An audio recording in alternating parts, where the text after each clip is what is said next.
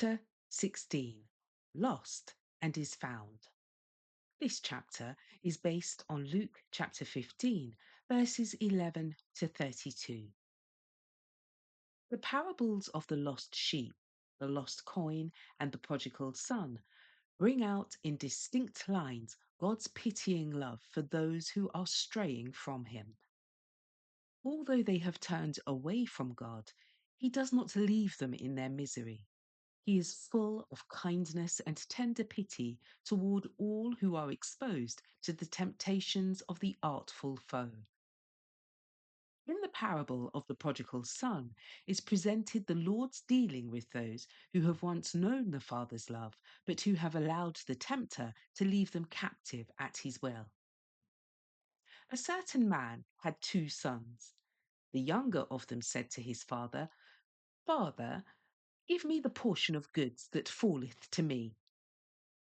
And he divided unto them his living. And not many days after, the younger son gathered all together and took his journey into a far country. This younger son had become weary of the restraint of his father's house. He thought that his liberty was restricted. His father's love and care for him were misinterpreted, and he determined to follow the dictates of his own inclination. The youth acknowledges no obligation to his father and expresses no gratitude. Yet he claims the privilege of a child in sharing his father's goods. The inheritance that would fall to him at his father's death he desires to receive now. He is bent on present enjoyment and cares not for the future. Having obtained his patrimony, he goes off into a far country, away from his father's home. With money in plenty and liberty to do as he likes, he flatters himself that the desire of his heart is reached.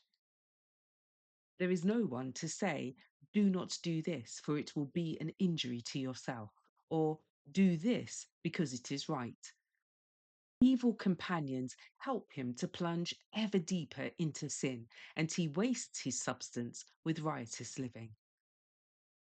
The Bible tells of men who, professing themselves to be wise, become fools. Romans chapter 1, verse 22. And this is the history of the young man of the parable. The wealth which he has selfishly claimed from his father, he squanders upon harlots. The treasure of his young manhood is wasted. The precious years of life, the strength of intellect, the bright visions of youth, the spiritual aspirations, all are consumed in the fires of lust. A great famine arises. He begins to be in want, and he joins himself to a citizen of the country who sends him into the field to feed swine. To a Jew, this was the most menial and degrading of employments. The youth who has boasted of his liberty now finds himself a slave. He is in the worst of bondage, holden with the cords of sin. Proverbs chapter 5, verse 22.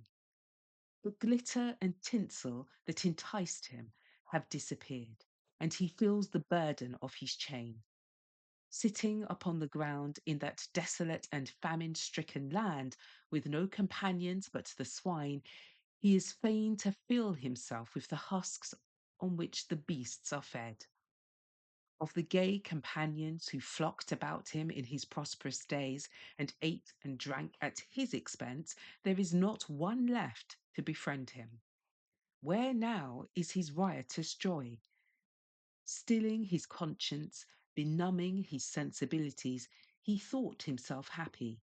But now, with money spent, with hunger unsatisfied and pride humbled, with his moral nature dwarfed, with his will weak and untrustworthy, with his finer feelings seemingly dead, he is the most wretched of mortals. What a picture here of the sinner's state! Although surrounded with the blessings of his love, there is nothing that the sinner bent on self indulgence and sinful pleasure, desires so much as separation from God. Like the ungrateful son, he claims the good things of God as his right. He takes them as a matter of course and makes no return of gratitude, renders no service of love. As Cain went out from the presence of the Lord to seek his home, as the prodigal wandered into the far country, so do sinners seek happiness in forgetfulness of God. Romans chapter 1, verse 28.